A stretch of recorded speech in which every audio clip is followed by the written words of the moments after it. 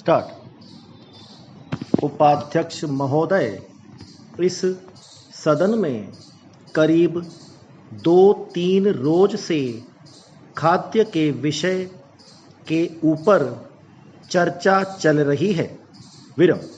मैं बहुत ध्यानपूर्वक इस चर्चा को सुन रही थी।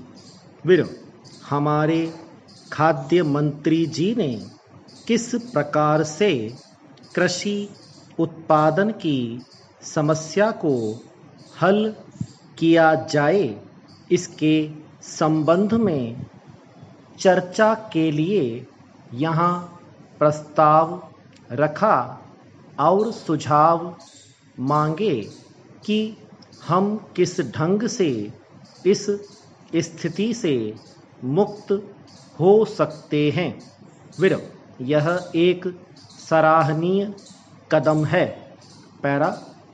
उपाध्यक्ष महोदय, एक तरफ इस देश में वर्षा कम हुई है और अन्न संकट देश पर आ गया है, लेकिन दूसरी तरफ एक दूसरा संकट हमारे सामने सीमाओं पर हमले का बना रहा है।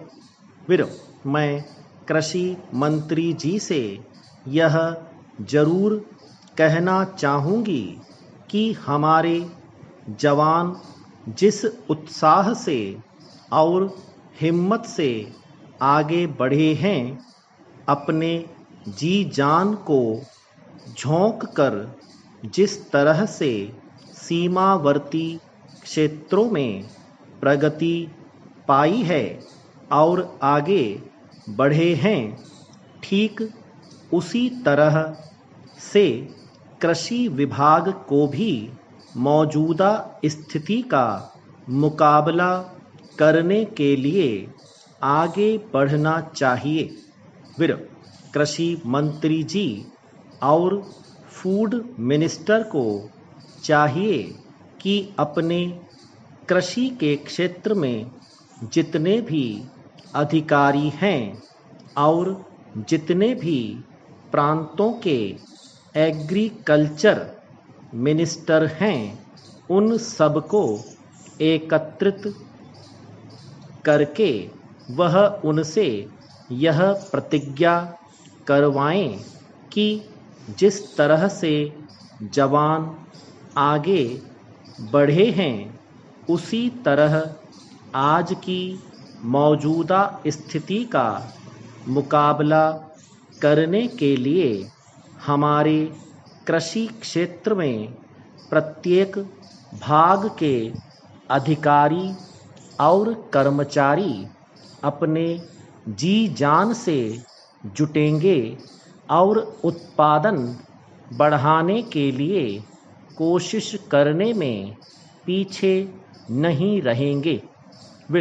यदि वह यह प्रतिज्ञा करें तो हो सकता है कि कृषि क्षेत्र में जो स्थिति पैदा हुई उसका हम मुकाबला कर सकें। पैरा।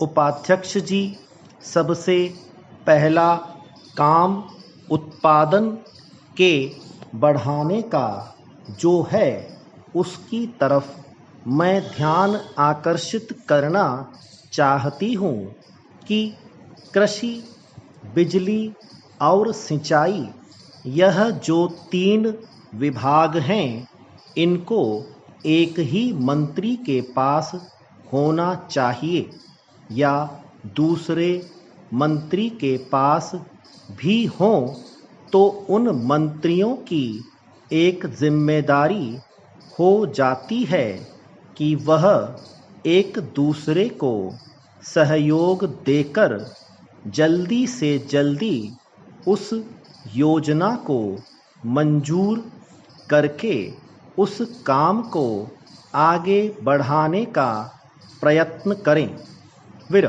अगर एक दूसरे विभाग से सहयोग नहीं होता है तो इस क्षेत्र की तरक्की करना हमारे लिए मुश्किल है। मैं चाहती हूँ कि पावर इरिगेशन और कृषि का जो काम है यह एक ही मिनिस्टर के पास होना चाहिए ताकि कागज़ों के आगे जाने में समय कम लगे और देश का उत्पादन बढ़ाने में मदद मिल सके। मैं आपका ध्यान अनाज के आयात की तरफ दिलाना चाहती हूँ। अनाज के विदेशों से आयात ने 35 साल के अंदर हमारे काश्तकारों को निरुत्साहित किया है। यह बड़े शर्म की बात है कि बाहर के देशों से अनाज मंगाकर देश के भागों में हम दे रहे हैं, लेकिन हम अपने कृषकों की मदद करने के लिए खर्च करना आवश्यक नहीं समझते। हमारे प्रांतों में जो सिंचाई की योजनाएं अधूरी पड़ी हैं उन्हें पूरा करें, क्योंकि विदेशों से आयात के कारण हमारे देश में अनाज की उपज नहीं बढ़ सकती। स्टॉप।